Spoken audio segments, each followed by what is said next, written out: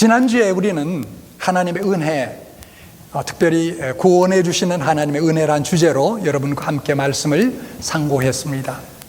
성경에 의하면 하나님은, 우리가 믿는 하나님은 무엇보다도 은혜를 베푸시기를 원하시는 하나님이십니다. 은혜의 하나님이십니다. 그래서 은혜 가운데 제일 먼저 우리에게 있어서 필요한 은혜는 바로 죄와 심판과 그리고 저주와 그리고 더 나아가서 지옥으로부터 우리를 구원하시는 그러한 하나님의 은혜입니다.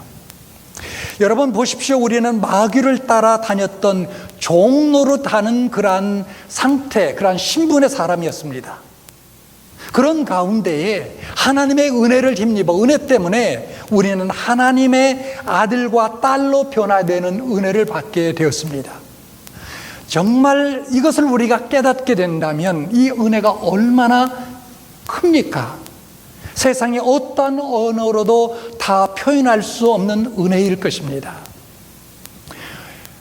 많은 분들이 한국을 떠나서 미국에 와 살고 있죠. 그리고 그 가운데 아직도 적지 않은 분들이 그 불체자, 쉽게 말하면 아직 신분이 확정되지 않은 가운데에서 거하시는 분들이 많이 있습니다. 얼마나 고통스럽습니까? 자, 그런 가운데 신분의 그러한 보장을 받아서 영주권 받고 더 나가서 시민권을 받으면 여러분 얼마나 이것이 엄청난 기쁨이며 엄청난 우리에게 특권입니까? 놀라운 사실은 그 정도 이 땅에, 이 세상에 그러한 신분의 변화에도 우리가 그렇게 기뻐하고 감사하는데 영원토록 존재하는 하나님의 나라에서 그 영원한 풍성한 복락을 누리는 하나님의 자녀의 백성으로서 우리가 그렇게 변화되었다면, 그리고 그렇게 나중에 살아간다면 이 얼마나 놀라운 특권이며 영광입니까? 얼마나 큰 하나님의 은혜가 되겠습니까? 하나님께서 우리에게 주신 이 은혜를 우리는 깨달아야 됩니다. 그리고 감사해야 되는 것입니다. 그런데 하나님은 이 구원하시는 은혜뿐만 아니라 또 다른 은혜도 주십니다. 그것은 바로 오늘 우리가 본 제목의 말씀대로 끝까지 붙들어 주시는 은혜입니다. 자, 필립보서 1장 6절의 말씀을 같이 보겠습니다. 시작. 너희 속에 착한 일을 시작하신 이가 그리스도 예수의 날까지 이루실 줄을 우리가 확신하노라. 너희 속에 착한 일을 시작하신 이가, 착한 일이란 뭐겠습니까? 여러분, 우리의 삶 가운데 있는 우리가 진정으로 바라고 진정으로 있어야 될 그 모든 일들입니다. 그것이 무엇이 됐든지 간에 예수 그리스도를 닮아가는 일, 내 인격이 변화되는 일, 내 영혼과 육체가 건강한 일, 우리 자녀들이 잘 되는 일, 내가 범사에 형통하는 일, 이 모든 일을 우리의 삶 가운데 시작하셨는데 그 일들이 하나님께서 함께 하시는 그리스도의 날까지 이루실 줄을 우리가 확신한다는 사실입니다. 이게 끝까지 붙들어 주는 은혜의 귀한 말씀이 되는 것입니다. 여러분, 그런데 이 끝까지 붙들어 주시는 그 은혜가 필요한 이유가 무엇이겠습니까? 왜 끝까지 우리를 붙들어 주시는 은혜가 왜 우리에게 필요하겠습니까? 그 이유는 이 땅에서 우리의 인생이 그렇게 만만한 것이 아니기 때문입니다. 우리의 인생살이가 그렇게 쉽지 않기 때문입니다. 특별히 하나님을 믿는 자로서 주신 그 귀한 사명을 감당하기에는 우리는 턱없이 부족함을 자인하지 않을 수 없습니다. 여러분 보세요. 내 인격도 부족하죠? 내 지식도 부족하죠? 지혜도 부족하고 능력도 부족합니다. 때로는 육체의 건강도 부족합니다. 그래서 우리는 때때로 낙심하고 또 절망하고 또 원망하기도 합니다. 혹은 불행 속에 빠지기도 합니다. 그러나 하나님은 우리에게 이 모든 것을 이길 수 있는 은혜를 주시는 것입니다. 끝까지 붙들어 주시는 은혜를 우리에게 주시는 것입니다. 그렇다면 끝까지 붙들어 준 은혜란 무엇입니까? 구체적으로 끝까지 붙들어 주신 은혜란 내가 포기하고 싶을 때, 인생을 포기하고 싶을 때, 그리고 주신 사명을 내가 그만두고 싶을 때 계속할 수 있도록 해주시는 능력입니다. 여러분, 이러한 능력의 은혜가 더욱더 필요한 때가 바로 이때라고 여러분 믿지 않으십니까? 여러분은 어떨지 모르지만 저에게서는 그렇습니다. 여러 가지 면에서 볼 때 정말 하나님의 은혜, 끝까지 붙들어준 은혜, 끝까지 감당할 수 있는 은혜가 바로 이때임을 저는 하나님 앞에 고백하지 않을 수 없습니다. 그 문제들이 무엇이든지 간에 우리는 우리에게 주어지는 끝까지 붙들어지는 은혜를 우리가 의지할 수 있다는 것입니다. 그래서 여러분 한 말씀 더 보시겠습니다. 베드로전서 5장 10절 말씀을 같이 읽겠습니다. 시작. 모든 은혜의 하나님 곧 그리스도 안에서 너희를 부르사 자기의 영원한 영광에 들어가 계신 이가 잠깐 고난을 받는 너희를 친히 온전케 하시며 굳게 하시며 강하게 하시며 털을 견고케 하시리라. 얼마나 귀합고 놀라고 우리에게 힘이 되는 말씀입니까? 모든 은혜의 하나님. 여기서 그냥 은혜의 하나님 이렇게 부르지 않죠. 모든 은혜의 하나님, 우리의 삶의 모든 영역에서 필요한 그 은혜의 하나님, 곧 그리스도 예수 안에서 너희를 부르사 자기의 영원한 영광에 들어가 계신 이가. 여러분, 이 구절도 보통 구절이 아니죠. 예수 그리스도 안에서 부르셨고, 그리고 자기의 영광에 들어가게 하셨다. 영광에 들어가 계시다. 근데 그 영광은 또 어떤 영광입니까? 일시적인, 잠시적인 영광이 아니라 영원한 영광에 들어가 계신, 영원토록 있을 그 영광에 들어가 계신 이가 잠깐 고난을 받는 너희를, 여러분이 받는 고난, 시련, 이것이 계속됩니까? 그렇지 않다고 합니다. 잠깐이라고 얘기합니다. 잠깐 고난을 받는 너희를 친히, 그 다음에 보세요, 온전케 하시며, 두 번째 굳게 하시며, 세 번째 강하게 하시며, 네 번째 털을 굳게 하시리라. 여러분, 이게 끝까지 붙들어준 은혜가 아니겠습니까? 내가 절망하고 낙심하고 포기하고 그만두고 싶을 때에 끝까지 나를 붙들어서 마지막, 그게 100m가 됐든 400m가 됐든 아니면 마라톤이 됐든 그 안에 그 골라인을 넘었을 때까지 함께 하시는 은혜를 여기서 말씀하고 있는 것이 아니겠습니까? 그런데 여러분, 오늘 성경에 보면, 오늘 본문 성경에 보면 사도 바울은 우리에게 놀라운 고백을 하고 있습니다. 대사도에 있던 사도 바울에게 심각한 문제가 있었습니다. 그는 이 심각한 문제로 말미암아 절망하고 낙심하고 그리고 포기하고 싶을 때가 한두 번이 아니었던 것 같습니다. 무슨 이야기냐면 그의 육체의 가시가 있었어요. 육체의 가시. 그게 육체의 가시가 구체적으로 뭔지 분명하게 밝히지는 않았지만 성경학자들이 하면 여러 가지로 이야기합니다. 많은 사람으로부터의 공격, 로마 정부의 핍박, 많은 자기의 동족들로부터의 그러한 핍박, 오해, 그것뿐만 아니라 또 어떤 학자들은 일컬어서 그의 육체적인 질병을 이야기합니다. 왜냐하면 그의 말기에 그는 시력을 잃었거든요. 그래서 쓰고 싶은 그 서신서도 쓰지 못하는 가운데 다른 사람을 통해서 대필해야 되는 그러한 처지에 이르게 되었습니다. 육체의 안질 때문에 그는 시력을 잃었습니다. 아마 많은 학자들은 여기에 더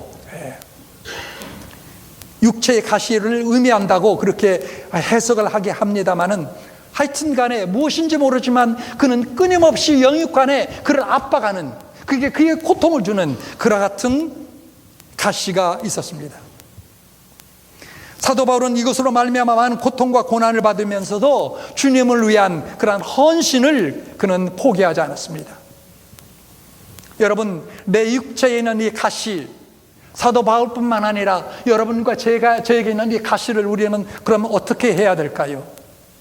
이 문제를 성경이 교훈하는 대로 잠깐 생각하는 가운데 하나님께서 우리에게 친히 알려주시고 그리고 축복해 주시기를 바랍니다. 자, 사도 바울은 그럼 이 문제를 어떻게 해결했는가? 이 육체의 가시를 가지고 그는 어떻게 극복하며 나갔는가? 여러분께서 읽어본 대로 사도 바울은 우선 이 문제를 자기 혼자 해결하려고 힘쓰지 아니했다는 사실입니다. 기록된 대로 이 문제를 주님께로 가지고 와서 그는 기도하였습니다. 기도하는데 어떻게 기도했습니까? 한 번 혹은 두 번 하고 그냥 그걸로 끝 했습니까? 아니었습니다. 3번 했다고 합니다. 3번. 그것도 3번 그냥 생각날 때 3번 한 것이 아니고 간절히 오늘 본문에서 그걸 이야기합니다. 간절히 3번 기도했다고 이야기합니다. 어떤 모양으로 기도했는지 모르지만 아마 간절히 기도했다라는 것을 고려해 본다면 그는 아마도 금식 기도하면서 혹은 철야 기도하면서 며칠 몇 일을 그 문제를 놓고 간절히 기도하지 않았나 싶습니다.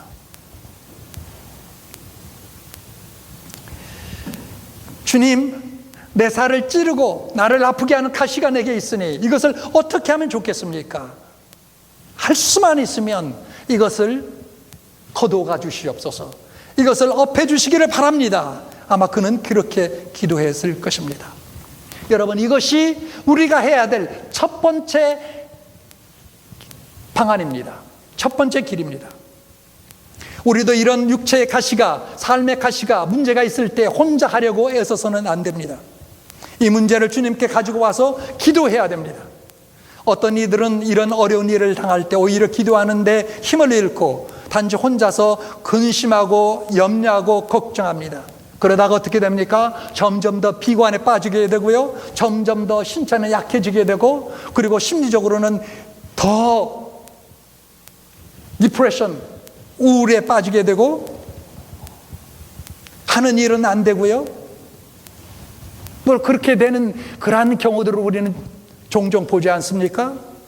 여러분, 이렇게 근심하고 걱정하는 생활을 계속하면 더 육체적으로 큰 병도 올 수 있고 더 큰 실패가 올 수 있다는 걸 잘 압니다. 여러분, 만병의 근원이 뭡니까? 만병의 근원이요, 마음에서부터 오는 거예요. 마음에서부터 암도 오고요, 마음에서부터 위장병도 오고, 마음에서부터 벌써 병이 생기기 시작하는 것입니다. 이건 뭐 제가 이야기하는 것보다 여러분 들어서, 의사로부터 들어서 더 잘할 것입니다.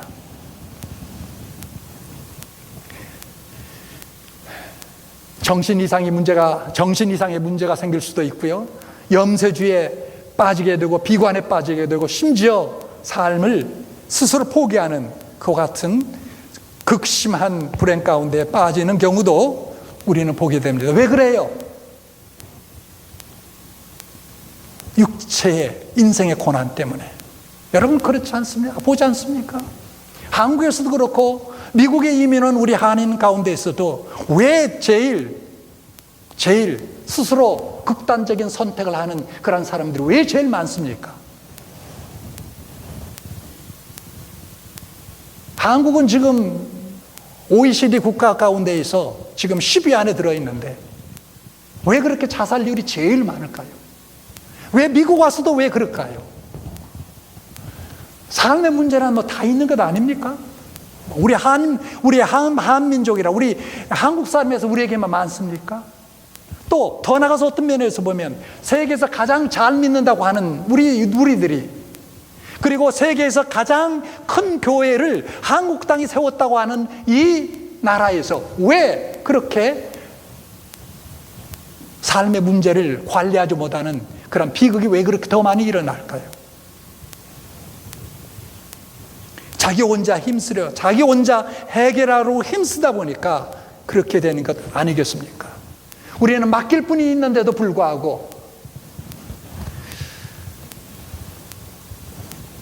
여러분, 내가 어떤 가시가 있어서 큰 고통이 오고 괴로움이 올 때 제일 먼저 할 것은 이 문제를 주님 앞에 가지고 나와서 충분히 쏟아놓는 것입니다.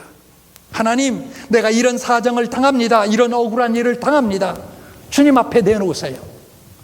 근데 우리는, 저도 그렇고 때로는요, 아마 여러분도 그럴 것입니다. 주님 앞에 내놓기보다도 당사자 만나가서 어떻게든 이렇게 결말을 지으려고, 그렇죠? 그러다 보니까 싸우게 되고 대립하게 되고 갈등 속에 씨름하게 되고요, 마음은 더 괴로워지고요. 야고보서 5장 13절의 말씀에 이야기합니다. 너희 중에 고난당하는 자가 있느냐? 그러면 저는 뭐 할 것이요? 여러분 성경 읽으시면 기억나십니까? 너희 중에 고난당하는 자가 있느냐? 그러면 저는 기도할 것이요 라고 이야기합니다. 고난하는 자가 있느냐? 저는 기도할 것이요. 여러분이 지금 어려운 문제가 당하고 있다라고 생각되면 제일 먼저 해야 되는 해결책이 뭡니까? 무릎 꿇고 하나님 앞에 나가라. 하나님 앞에 매달리라는 것입니다. 여러분, 우리 그렇게 하셔야 돼요. 그렇게 해야 됩니다. 저도 그렇게 해야 됩니다. 하나님께서도 환난 날에 나를 부르라. 하나님께서 시편을 통해서 이야기합니다. 환난 날에 나를 부르라. 부르라는 무슨 뜻입니까? 기도하라는 뜻 아닙니까? 환난 날에 나를 부르라. 내가 응답하리라 라고 말씀합니다. 자, 우리가 이렇게 하나님 앞에 우리의 어려운 삶의 문제를 가지고 나갈 때, 그리고 기도할 때 하나님께서는 두 가지로 우리에게 다가오셔서 기도를 들어주시고, 그리고 문제를 우리가 해결할 수 있도록 도와주십니다. 두 가지 방법입니다. 하나의 길은 내가 원하는 대로 그 가시를 없애주는 것입니다. 하나님의 뜻과 내 뜻이 서로 합치될 때에는 그 가시를 하나님께서 제해 주십니다. 빼주십니다. 마치 주님께서 이 세상에 계실 때에 문둥병자가 그 문둥병을 고침받기 위하여 주님 앞에 나와 호소할 때 주님께서 그의 문둥병을 고쳐주셨던 것처럼, 그리고 12해 혈류증으로 피를 쏟는 그런 고통 가운데 있었던 여인이 주님 앞에 나와 옷자락을 부어 잡았을 때 그 병을 고쳐주셨던 것처럼 우리의 병을 고쳐주시고 우리의 어려운 문제를 해결해 줄 때가 있습니다. 이게 하나의 방법이라면, 그러나 또 다른 길은 우리가 원하는 대로 안 될 때도 있는 것입니다. 바로 오늘 우리가 성경에서 본 그 본문의 말씀대로 사도 바울의 경우가 그렇습니다. 가시를 엎어달라고 하나님 앞에 3번씩이나 간절히 기도했는데 그 가시를 엎어주지 않으셨습니다. 사도 바울뿐만 아니라 예수님은 또 어떻게 되셨나요? 예수님은 십자가의 그 고난을 앞에 두고 하나님 앞에 겟세마네 동산에서 간절히 기도했습니다. 정말 땀방울이 핏방울 떨어지는 것처럼 하나님 앞에 간절히 기도했지만 하나님께서 그 기도 들어주셨나요? 자기의 친아들 독생자 예수 그리스도가 그렇게 기도하는데 그 기도를 들어주셨나요? 아버지께서요? 그러지 않으셨습니다. 고난의 십자가를 지도록 하셨습니다. 왜요? 그것이 하나님의 뜻이었기 때문에. 그러면서 주님은 그렇게 또한 기도하죠. 할 수만 있거든 이 잔을 내게서 떠나게 하옵소서. 그렇게 간절히 기도했지만 들어주지 않았습니다. 예수님도 몇 번 기도했나요? 겟세마네 동산에서 이 기도 제목을 가지고 십자가의 고난을 피할 수 있게 해달라고 몇 번이 했나요? 주님도 마찬가지 3번 했습니다. 성경 자세히 읽어보세요. 3번 했습니다. 한 번 하고 잠자고 있는 제자들을 가서 깨우셔서 야, 좀 기도해달라 나를 위해서 하고 또 기도하고 또 제자들 찾아가서 또 분부하고 3번 했어요. 그럼에도 하나님 아버지는 그 기도 들어주지 않으셨어요. 여러분, 그렇다고 해서 그러면 하나님께서 아주 응답을 안 하신 것입니까? 아닙니다. 다른 방법으로 응답하셨습니다. 다른 방법으로요. 어떻게 응답하셨습니까? 예수님에게는 천사가 나타나셔서 그에게 큰 힘을 주셨다고 이야기합니다.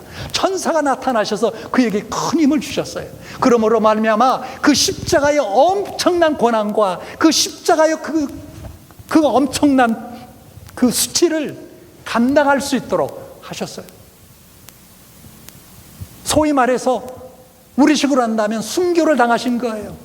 그 순교를 통해서 우리 예수 그리스도는 영원한 왕이 되셨지 않았습니까? 만왕의 왕으로서 등극하게 되신 것이 아니었습니까?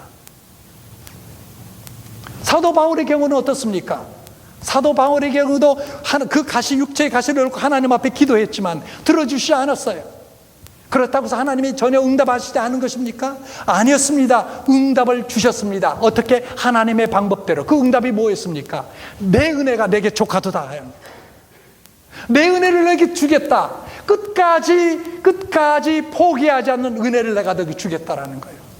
그러면서 오늘 본문의 말씀에 여기 10절 보세요. 그러므로 내가 그리스도를 위하여 약한 것들과 능력과 궁핍과 핍박과 곤란을 기뻐하느니 이는 내가 약할 그때에 곧 뭐라고 고백합니까? 강함이니라. 강함이니라.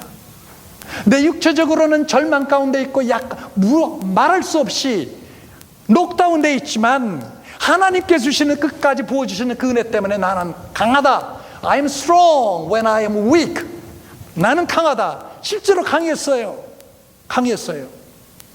그래서 그는 끝까지 그 사역을 감당하며 결국 로마에까지 가서 로마에서 하나님의 영광을 위하여 담대하게 순교하지 않았습니까?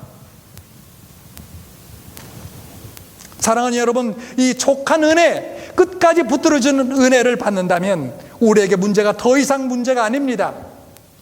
여러분의 가정, 여러분의 삶 가운데는 가정의 문제, 경제의 문제, 자녀의 문제, 건강의 문제, 나를 늘 괴롭게 하였습니다. 현재도 그런 문제 앞에 놓여 있을 수 있습니다. 그러나 여러분, 하나님의 은혜를 받으면 그것이 더 이상 문제가 되지 않는 것입니다.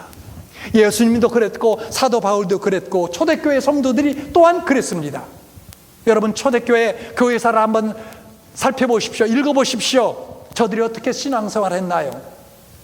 무려 예수님 부활 승천 이후로부터 시작된 초대교회가 313년 AD 310년 콘스탄틴 대제가 로마 제국에서 기독교를 공인할 때까지 자그만치 250년이 넘도록 그 극심한 탄압 가운데 초대교회 성도들은 다 어디로 갔습니까? 다 지하로 갔습니다. 카타콤이라는 지하로 갔습니다. 카타콤에서 햇빛도 못 보면서 평생을 산 그러한 신자들이 무수히 많았습니다.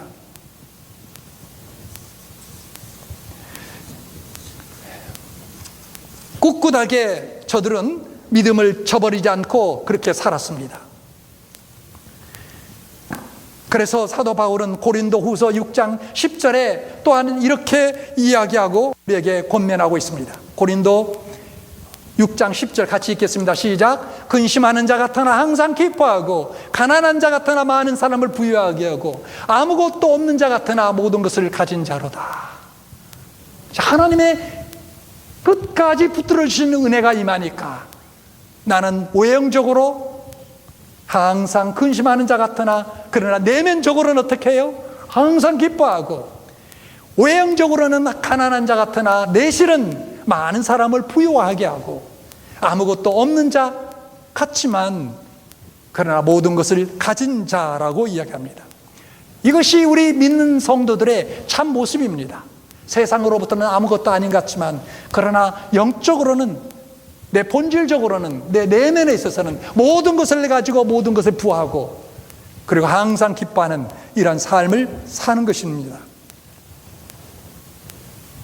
영교도 청교도 가운데 유명한 사람이 많이 있지만은 그 가운데 가장 유명한 사람을 든다면 아마 존 버년을 들 것입니다.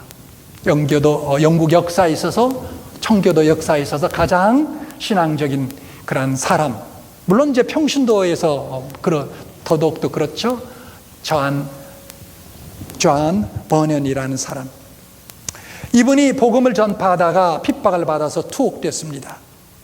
매우 활동적이었던 이분이 수감되어서 가만히 감방에 앉아 있으니까 얼마나 답답하고 괴로웠겠습니까? 그래서 그때에 하나님 앞에 기도했는데 어느 날 하나님께서 그런 음성을 들려주더라는 것이죠. 바로 오늘 본문에 있었던 본문의 한 구절입니다. 내 은혜가 내게 족하도다. 내 은혜가 내게 족하도다. 내 은혜가 내게 족하도다 하는 세 차례 똑같은 음성을 들었다고 합니다. 그때야 그는 내가 감옥에 있을지라도 주께서 내게 족한 은혜를 주시는구나 라는 깨달음을 얻고 나서 그 다음부터는 다시 원망도 않고 낙심도 않고 오히려 기뻐하고 그리고 옥중 생활을 넉넉하게 감당하게 되었다고 합니다. 여러분, 이렇게 은혜를 주시는 거예요. 이렇게 은혜를 주시는 거예요. 남들은 옥에 갇혀서 그것도 잘못해서 감옥에 들은 것도 아니고 복음 전파를 위하여 일하는데 예수 전하다가 그렇게 갇혔는데, 여러분, 그렇다고 보면 얼마나 하나님을 향하여서까지 우리가 원망하고 불평할 수 있겠습니까? 요한 번에도 처음에는 그랬다라는 것이죠. 근데 그가 기도하다 보니까 오히려 원망이 바뀌어서 감사가 되고 불평이 바뀌어서 찬양이 되고, 그러니까 그 감옥 생활이 사실 즐거운 거예요. 눈 넉넉하게 감당되었습니다. 고통도 견딜 수 있고 슬픔도 참을 수 있고 고독도 견딜 수 있고 실패도 극복할 수 있는 그런 힘을 얻게 된 거예요. 로마서 5장에 이야기합니다. 우리가 환난 중에도 즐거워하나니 이는 환난을 인내는 연단은 소망을 이룬 줄 알리라. 환난 가운데서도 즐거워할 수 있는 족한 은혜를 주시는 것입니다. 그런데 여러분, 그러나 그 은혜만 주시는 것이 아닙니다. 주님께서는 계속해서 말씀하시기를 내 능력이 약한 데서 온전하여 됨이라고 이야기합니다. 내 능력이 약한 데서 온전하여 됨이라. 여러분, 우리가 고난을 받으면, 시련을 받으면 여러 가지로 약해지지 않습니까?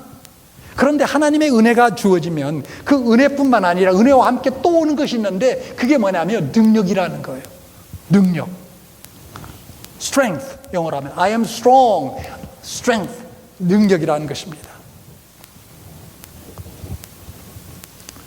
주의 능력은 언제나 온전합니다.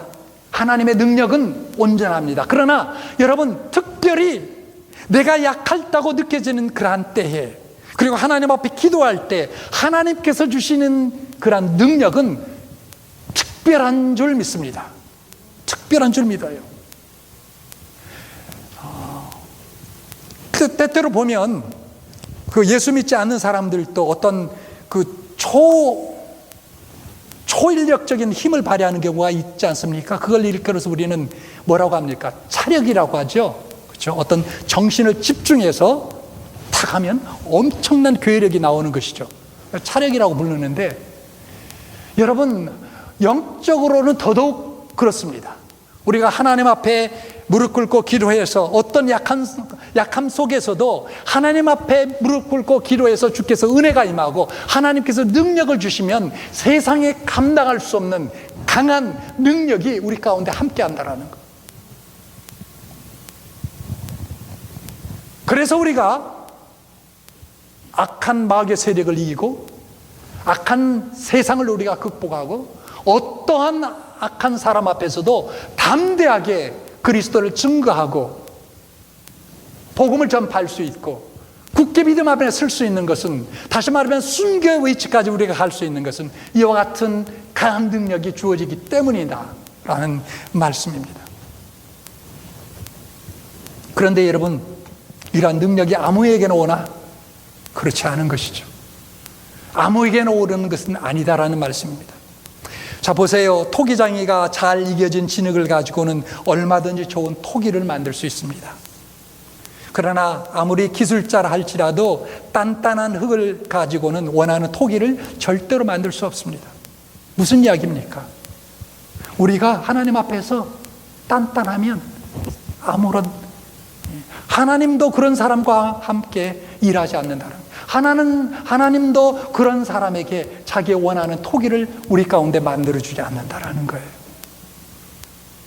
아무리 기술과 능력이 있는 철공장이라고 할지라도 단단한 쇠를 가지고는 원하는 기계를 절대로 만들 수 없습니다. 쇠붙이가 있어요. 그런데 그 쇠붙이를 가지고 원하는 뭔가를 만들고자 할 때 철공소에서 일하는 사람들은 어떻게 합니까? 불에다 넣어서 달구죠. 달궈서 어떻게 합니까? 마치 물처럼 만들게 하죠. 쇠물을 만들지 않습니까? 자, 그런 가운데 꺼내서 두드리면서 그들이 원하는 여러 가지 쇠로 만들어진 도구를 만드는 것을 보게 됩니다. 똑같습니다. 우리도 어떤 때는 우리의 심령이 너무나 굳고 너무나 단단합니다. 아무리 주의 능력이 크지만 하나님은 이와 같은 심령을 가진 자와 함께 일할 수 없습니다. 그런데 이런 심령 가운데 혹 가시가 박히게 됩니다. 고통이 있게 됩니다. 그러면 그 굳은 심령이 부드러워지고 겸손해지고 온유해지고 좀 더 주님을 의지하게 되고 좀 더 기도하게 되고 좀 더 남의 사정을 알게 되고 좀 더 주님을 사모하는 심령이 됩니다.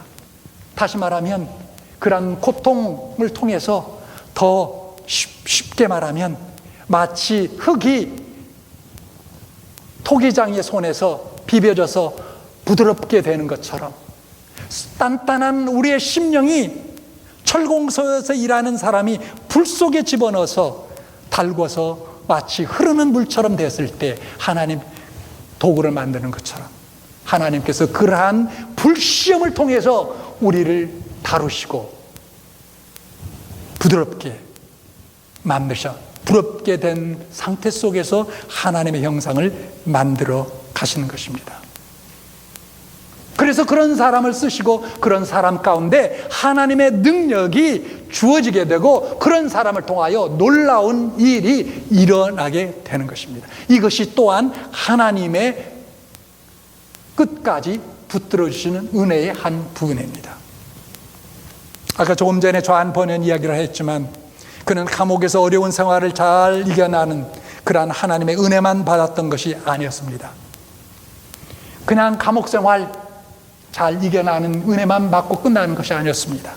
그 감옥에 있을 때 그는 더 큰 은혜를 받아 하나님의 지혜와 능력을 받아서 하나님의 말씀을 묵상하는 가운데 그리고 신앙생활할 때 깊이 생각하는 가운데 위대한 생각을 그는 갖게 되었습니다. 그리고 펜을 들어 쓰기 시작했습니다. 그래서 그의 펜 끝에서 나오는 그 책이 바로 뭐였습니까? 철로 역경이었습니다. 여러분,